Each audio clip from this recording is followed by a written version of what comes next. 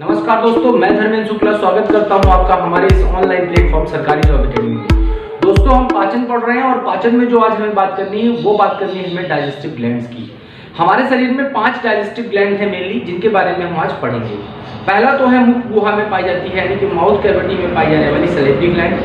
दूसरी जो है वो है जठर ग्रंथि, या उसी को हम गैस्ट्रिक ग्लैंड कहते हैं, जो हमारे अमाशय में पाई जाती है।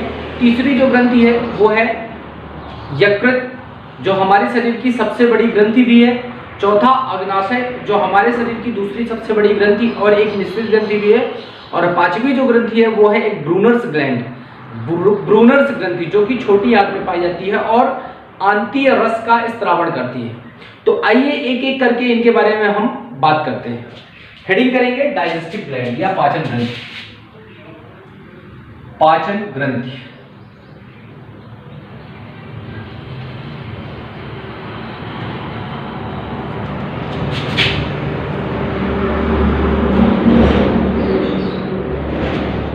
तो पाचन ग्रंथि में जो पहली ग्रंथि है जिसके बारे में हम पढ़ेंगे उसका नाम है लार ग्रंथि। तो हेडिंग रहेगी आपकी लार ग्रंथि।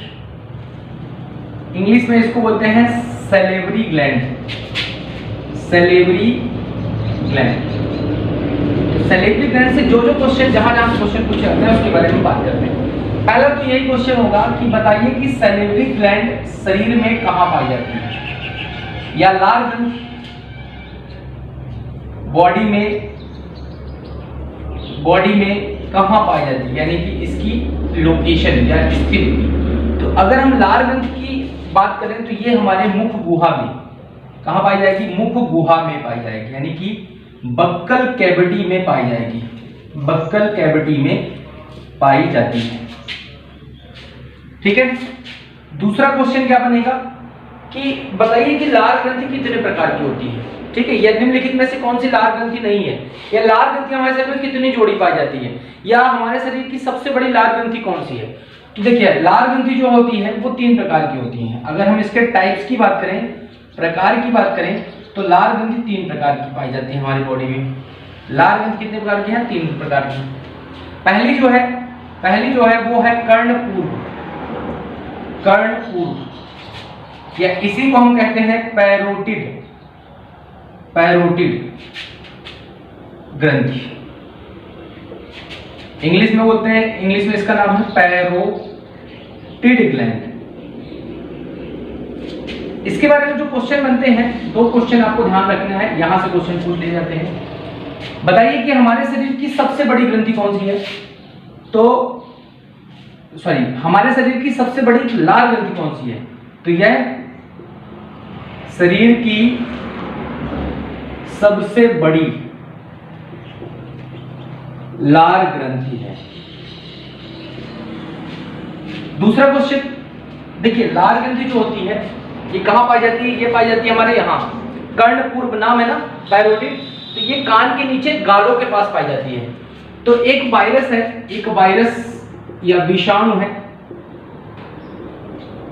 विषाणु, इसका नाम है, 2 नाम है इसके, एक तो पैरामिक्सो भी बोलते हैं इसको, पैरामिक्सो, और दूसरा इसको मम्स वायरस के नाम से भी जाना जाता है, मम्स विषाणु। तो ये वायरस जब हमारे लार ग्रंथि पे अटैक कर देता है, इस पैरोटिड ग्रंथि पे, तो लार ग्रंथि में सूजन आ जाती है। क्या आ जाती है, सूजन एवं दर्द होने लगता है। ये एक रोग है और इस रोग को हम इंग्लिश में बोलते हैं मम्स, और हिंदी में इसको बोलते हैं गलसुआ। तो क्वेश्चन पूछा जाता है कि गलसुआ किस ग्रंथि में संक्रमण के कारण होता है। तो आपको आंसर क्या देना है, कर्णपूर्व या लार ग्रंथि। किस वायरस के कारण, पैरामिक्सो वायरस या मम्स वायरस के कारण होता है। ठीक है। हमारे शरीर की सबसे बड़ी लार ग्रंथि कौन सी है, वो है पैरोटिड ग्रंथि या कर्णपूर्व ग्रंथि। अब दूसरी की बात करें अगर, तो दूसरी लार ग्रंथि का नाम है अधोहन, या इसी को कहते हैं सब मैक्सिलरी, या इसी का नाम है इंग्लिश में सब मैंडिबुलर। ध्यान दीजिएगा, सब मैक्सिलरी ये वाला पोर्शन होता है, ये वाला जो हमारा पोर्शन होता है ये मैक्सिला दांत के नीचे है सब मैक्सिलरी, तो यहाँ एक ग्रंथि पाई जाती है। और सब मैंडिबुलर ये वाला पोर्शन होता है, तो इसके नीचे पाई जाने वाली जो ग्रंथि है इसके ऊपर जबड़े में सब मैक्सिलरी और सब मैंडिबुलर निचले जबड़े में, ठीक है। और दूसरा जो है, तीसरा जो लाल ग्रंथि है वो है अधोजिह्वा, अधोजिह्वा या इंग्लिश में इसको कहते हैं सब लिंगुअल। अब ध्यान दीजिएगा, ये जो लाल ग्रंथियां हैं ये तीनों ही जोड़े में पाई जाती हैं, जोड़े में पाई जाती हैं। मतलब लाल ग्रंथि की अगर हम बात करें तो जो पैरोटिड है वो 2 पाई जाती है संख्या में, ये भी 2 पाई जाती है और ये भी 2 पाई जाती है, मतलब टोटल 6 संख्या में पाई जाती है। ये लाल ग्रंथियां क्या पाई जाती है, जोड़ों में पाई जाती है, ठीक। अब हम बात करते हैं इनके कार्य की, फंक्शन की बात करते हैं, इनके कार्य की बात करते हैं। तो अगर लाल ग्रंथि के कार्य की बात करें तो यह लार यानी कि सलाइवा का सिक्रीशन करती हैं। क्या करती हैं, सलाइवा का सिक्रीशन करती हैं। तो लार ग्रंथि किसका सिक्रीशन करती हैं, लार या सलाइवा का सिक्रीशन करती हैं। अब ये सलाइवा क्या होता है, सलाइवा के बारे में ध्यान दीजिए, कहां कहां से क्वेश्चन 2-3 क्वेश्चन जो बनते हैं। पहला तो यही क्वेश्चन पूछा जाता है कि सलाइवा क्या है, तो ये एक चिपचिपा सब्सटेंस है जिसमें बहुत सारे एंजाइम्स एवं लाइसोजाइम पाया जाता है, ठीक है। इट इज अ सब्सटेंस, ठीक है, स्लिपरी सब्सटेंस।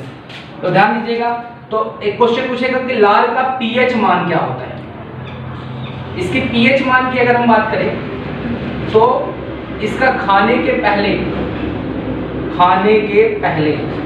और खाने के बाद, अगर इसके खाने की पहले की पीएच मान की बात करें तो ये होता है 6.5 to 6.7, यानी कि हल्का अम्लीय, स्लाइटली एसिडिक। और अगर हम खाने के बाद की बात करें तो इसका जो पीएच मान होता है 7.2, यानी कि हल्का क्षारीय। तो लार का पीएच मान हल्का अम्लीय से हल्का क्षारीय तक हो सकता है, ठीक है। अगर ये क्वेश्चन पूछ लेता है कभी कभी कि हमारे बॉडी में, हमारे मुख में प्रतिदिन कितना लार स्रावित होता है, तो प्रतिदिन 1.5 से लेके 2.0 लीटर यानी कि 2 लीटर पर डे लार का सिक्रीशन हमारी बॉडी में होता है, ध्यान रखिएगा। और अगर हमारी बॉडी में लार की कमी हो जाए, लार की कमी, तो उससे जो बीमारी होती है उसको कहते हैं जीरोस्टोमिया, जीरोस्टोमिया।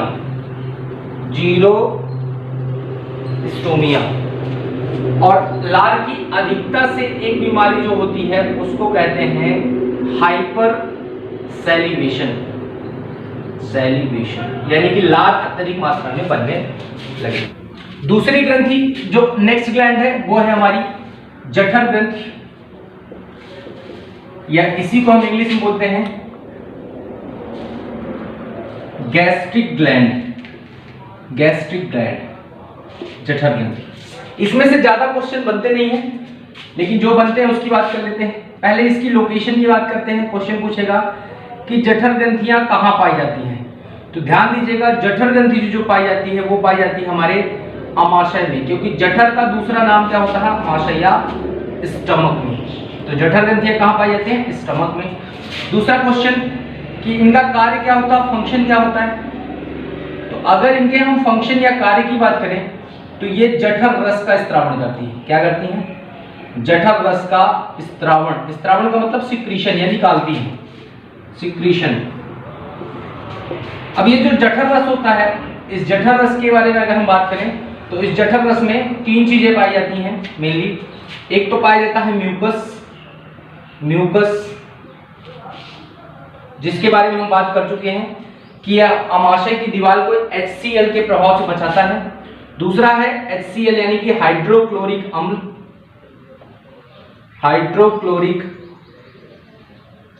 अम्ल, और तीसरा है पाचक एंजाइम यानी कि डाइजेस्टिव एंजाइम।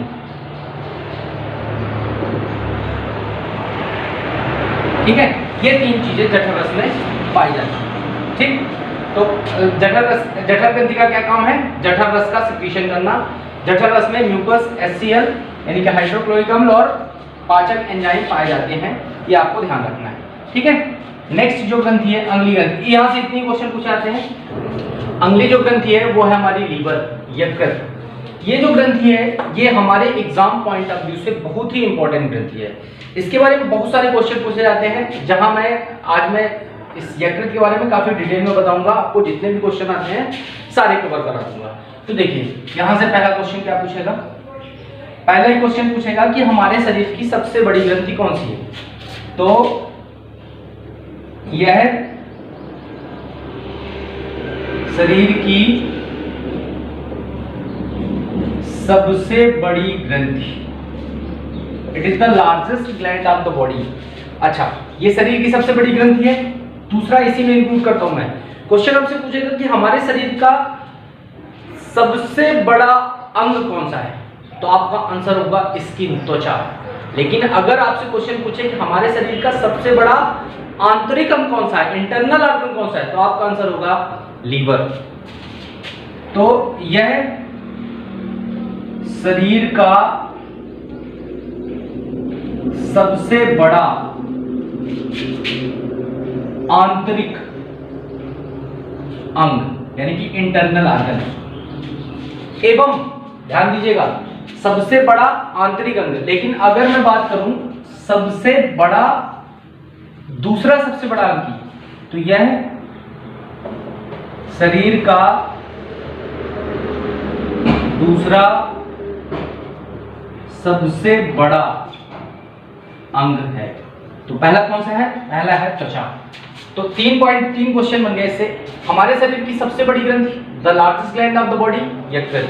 हमारे शरीर का सबसे बड़ा आंतरिक अंग, आपका आंसर होगा यकृत। हमारे शरीर का दूसरा सबसे बड़ा अंग, आपका आंसर होगा क्या? यकृत। ध्यान दीजिएगा, ठीक है।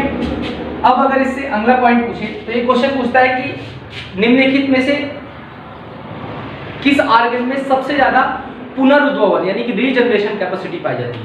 क्योंकि यकृत है तो इसमें सर्वाधिक पुनरुद्भवन,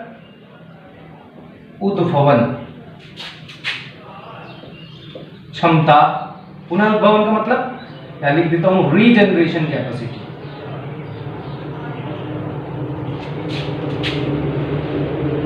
क्षमता पाई जाती है, ध्यान दीजिएगा, ठीक है। अब सबसे कम की अगर बात करें तो सबसे कम जो है वो पाई जाती है हमारी, सबसे कम जो पाई जाती है वो पाई जाती है नर्व सेल यानी कि तंत्रिका कोशिका में, तंत्रिका कोशिका। The least regeneration capacity is found in nerve cell, ठीक है। अब अगला बात करते हैं। अगला क्वेश्चन क्या पूछेगा आपसे कि यकृत का अध्ययन क्या कहलाता है या लीवर का अध्ययन क्या कहलाता है? तो स्टडी ऑफ जो लीवर है उसे हम कहते हैं hepatology. Study of liver is known as hepatology. ये ध्यान दीजिएगा, लीवर का अध्ययन क्या कहलाता है? हिपैटोलॉजी। और जो लीवर की कोशिकाएं हैं यानी यकृत की कोशिकाएं हैं, यकृत सेल्स, इनको हम कहते हैं हिपैटोसाइट्स। ये भी क्वेश्चन पूछा जाता है, हिपैटोसाइट्स। इन्हीं हिपैटोसाइट सेल्स में सबसे ज्यादा रीजनरेशन कैपेसिटी है, ठीक। ये हो गया।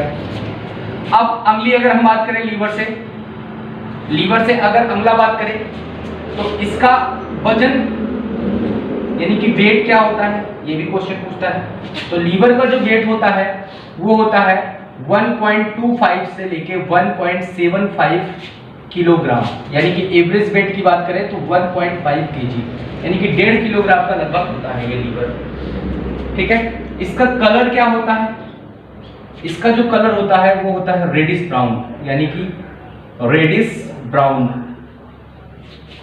हल्का भूरा लाल, भूरा लाल, ठीक है। ये हो गया लीवर का कलर। इसमें अगर हम लोब की बात करें या कितने पालियों से मिलकर बना होता है, तो लीवर जो है 2 लोब से मिलकर बना होता है। 2 लोब होते हैं इसमें, बाई लोब स्ट्रक्चर है बाइलोब।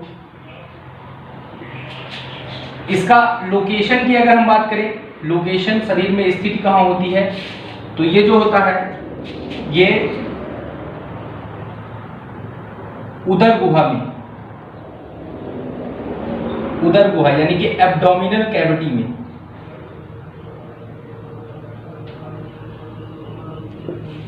एब्डोमिनल कैविटी में दाईं ओर, राइट साइड में होता है, दाईं ओर उपस्थित होता है।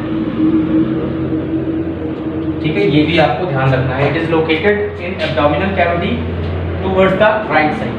ठीक है, अब इसके अगर शेप की बात करें, इसका शेप, तो इसका शेप जो होता है वो होता है कोन शेप, कोन के समान होता है, कोन शेप होता है। तो इतनी सारी चीजें हैं।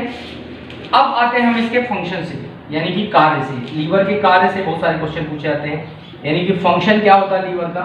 4-5 क्वेश्चन, 4-5 पॉइंट्स बताऊंगा, उसमें से काफी क्वेश्चन आपके फंस जाएंगे, इसमें ध्यान दीजिएगा। ठीक है, तो लीवर जो होता है इसका पहला काम क्या होता है, सबसे इंपॉर्टेंट जो पाचन में पढ़ना में, यह पित्त रस का निर्माण करता है। पित्त रस यानी कि बाइल जूस का निर्माण करता है, बाइल जूस का निर्माण करता है।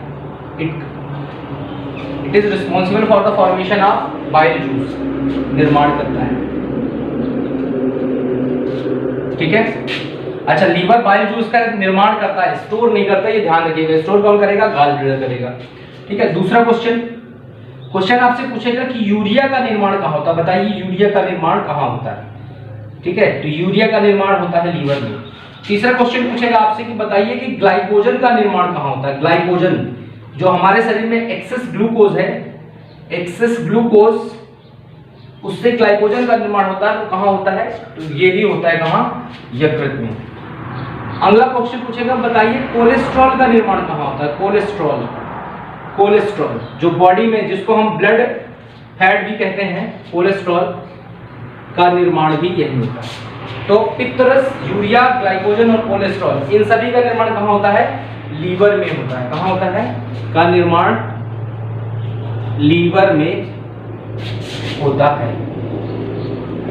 अब देखिए हमारे जो यकृत है, हमारे यकृत में बहुत सारे केमिकल्स फॉर्म होते हैं। Glycogen is type of chemical, cholesterol is a type of chemical, bile juice is a chemical, urea is a chemical. इसीलिए इसको कहते हैं chemical factory of the body. Question पूछा जाता है हमारे शरीर का रासायनिक कारखाना क्या कहलाता है, तो लीवर।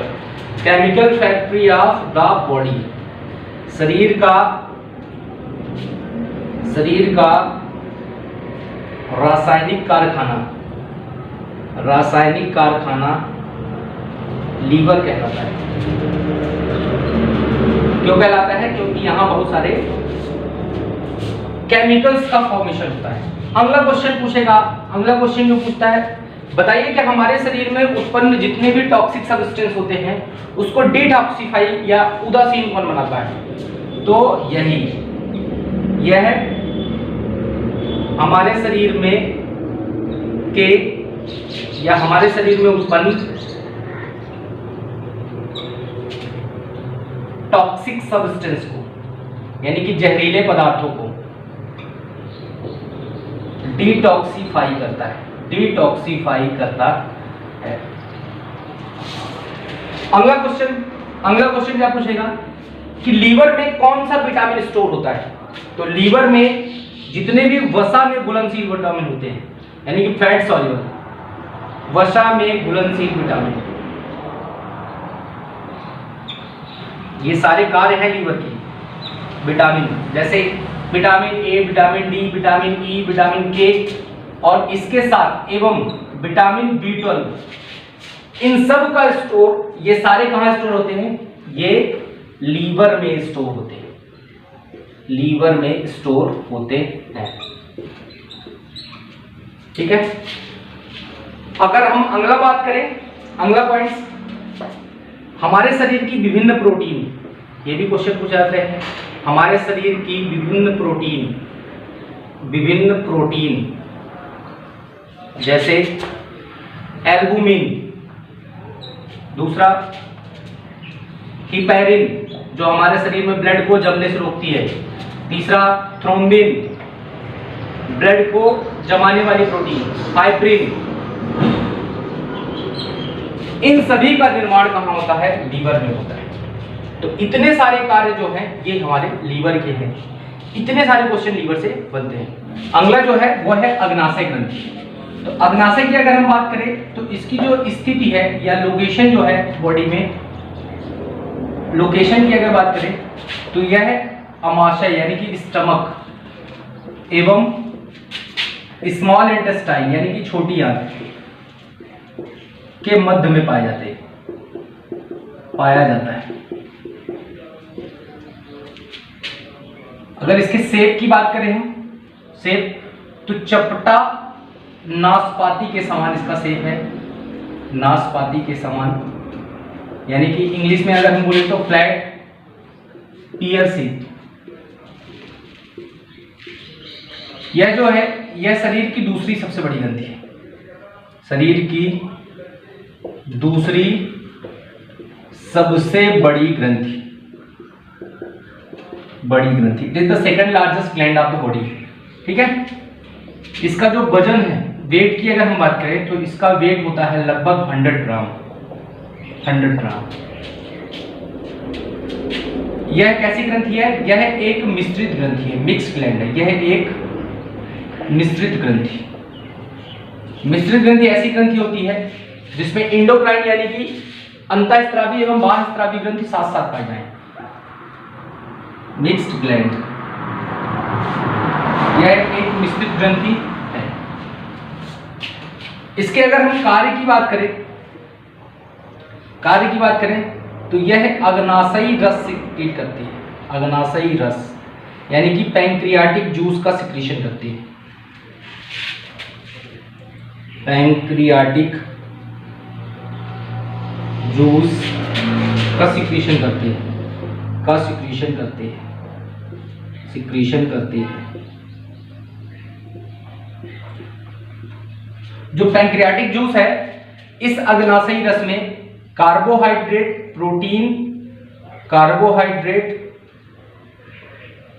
प्रोटीन एवं फैट तीनों को पचाने वाले एंजाइम पाए जाते हैं। इसीलिए इसको कहा जाता है कंप्लीट डाइजेस्टिव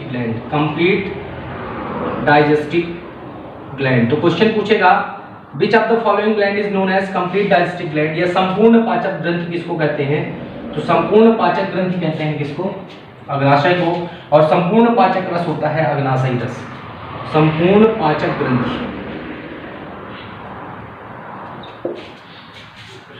ये होता है हमारा अग्नाशय। अगर हम ब्रूनर्स ग्रंथि की लोकेशन की बात करें, लोकेशन या स्थिति की बात करें, तो ये जो है यह ग्रहणी यानी कि ड्यूओडिनम में पाई जाती है। डुओडिनम आपको पता है कि डुओडिनम जो है ये स्मॉल इंटेस्टाइन है, छोटी आंत का भाग है। इसके कार्य की बात करें तो यह है आंतियरस यानी कि इंटेस्टाइनल जूस का स्त्रावण करती है, इंटेस्टाइनल जूस का स्त्रावण करती है, तथा साथ ही ये बाइकार्बोनेट का स्त्रावण भी करती है। ये बाइकार्बोनेट जो है ये HCl के या एसिड के इंपैक्ट को कम करता है।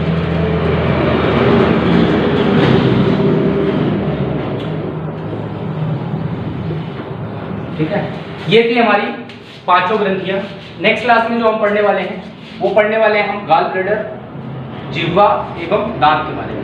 तब तक के लिए थैंक यू वेरी मच।